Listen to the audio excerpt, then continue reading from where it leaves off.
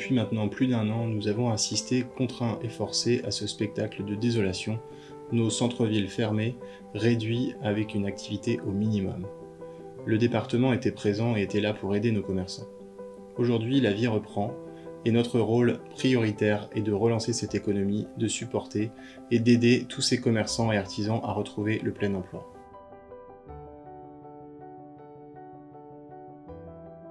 Bonjour.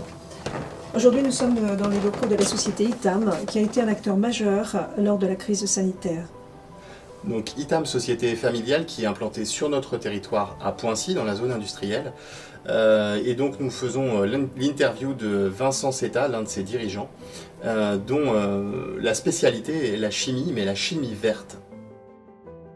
ITAM, société familiale, aujourd'hui co-gérée par 3 frères et sœurs, est né à Sept-Sors, s'est développé à Sept-Sors, et puis a maintenant grandi et se développe massivement à Poincy sur la zone industrielle. Cette société fait preuve d'innovation, d'inventivité, de créativité, et elle a su être un acteur majeur durant la crise Covid en se mobilisant rapidement pour venir en aide à tout le département. Aujourd'hui, c'est le redémarrage de l'activité. Maintenant, on se retrouve avec effectivement la hausse des matières premières qui explose, le plastique, il passe à 2000 € la tonne, il passe à 2000 € la tonne en ce moment. Nous, tous les mois, nos fournisseurs de plastique, on fait de l'emballage, nous annoncent qu'ils nous tiennent les prix pour un mois. Donc tes marges sont en train d'exploser. Toi, tu es un peu frileux, parce que tu restes quand même un artisan. Donc aller voir tes grands comptes en leur disant bah, je suis obligé de te mettre plus 5, plus 10 en bas de page pour que tu nous soutiennes.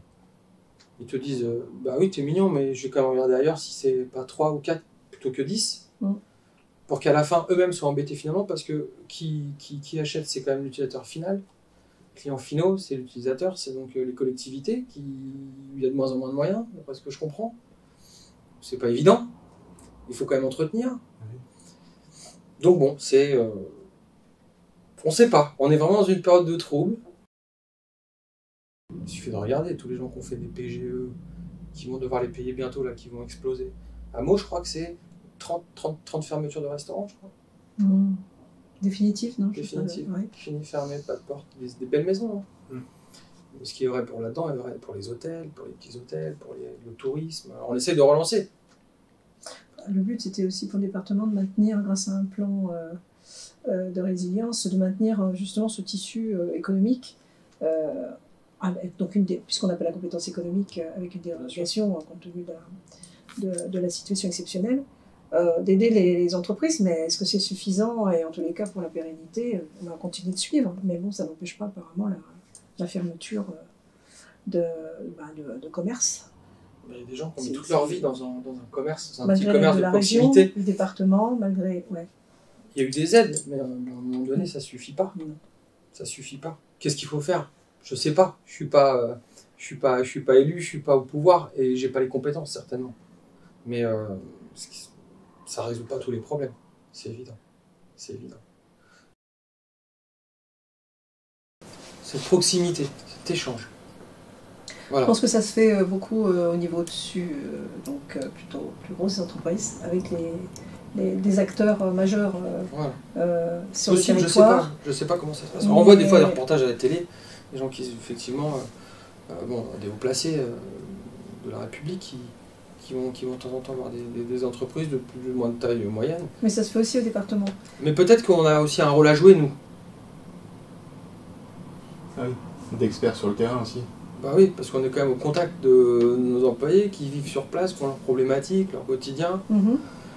Nous, on connaît les problématiques de la gestion d'une entreprise. Oui, de ce pas le tissu social, pas réellement le tissu social du lieu où vous avez votre entreprise. Pas forcément, pas toujours. Donc, alors que le département a une parfaite connaissance de ce tissu social, justement.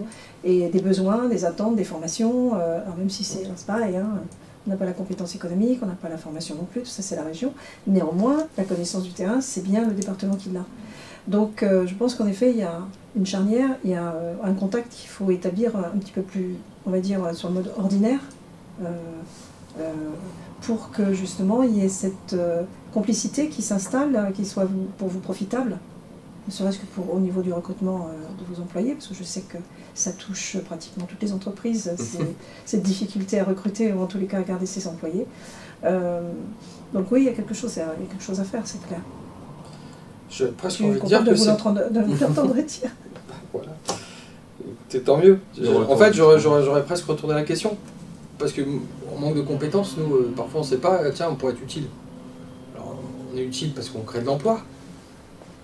Mais peut-être on a d'autres possibilités qui permettraient de faire encore mieux avancer les choses, mettre en valeur ce territoire, le dynamiser, je ne sais pas. Il faut réfléchir, il faut se mettre autour d'une table, comme on dit. Oui. Il faut parler régulièrement pour ça, effectivement. Voilà. Donc on n'est pas bien... Des fois, moi je suis un peu déconnecté, c'est vrai que j'ai du mal à faire la différence entre chaque élu. Oui. Quel est son pouvoir, quelle est sa marge de manœuvre, quelle est sa responsabilité. Donc il faut qu'on s'y intéresse aussi, vous me direz. Hein. Oui, mais on aime bien le contact dans les PME, on préfère mais justement, faut faire voir les gens. Il faut faire naître le besoin aussi. C'est-à-dire que si vous ne connaissez pas, vous ne savez pas quels sont vos besoins à un moment donné, ou ce qu'on peut vous apporter, que si on arrive à créer ce lien, peut-être que ce sera, je veux dire, négatif, peut-être pas le bon terme, mais en tous les cas, ça peut être que profitable, je pense. Vous repérerez vite si ça peut être constructif ou pas d'ailleurs. Tout à fait. Que s'il n'y a rien. La communication, c'est ça. La communication, l'échange. Notre territoire de Seine-et-Marne regorge de forces vives. Notre action prioritaire, et c'est notre souhait et notre volonté, sera d'être aux côtés de toutes ces personnes qui sont des chefs d'entreprise, des développeurs économiques, des créateurs d'emplois, des créateurs de notre innovation française, et qui ont besoin de notre soutien et du soutien de toutes les instances publiques qui seront à leur côté.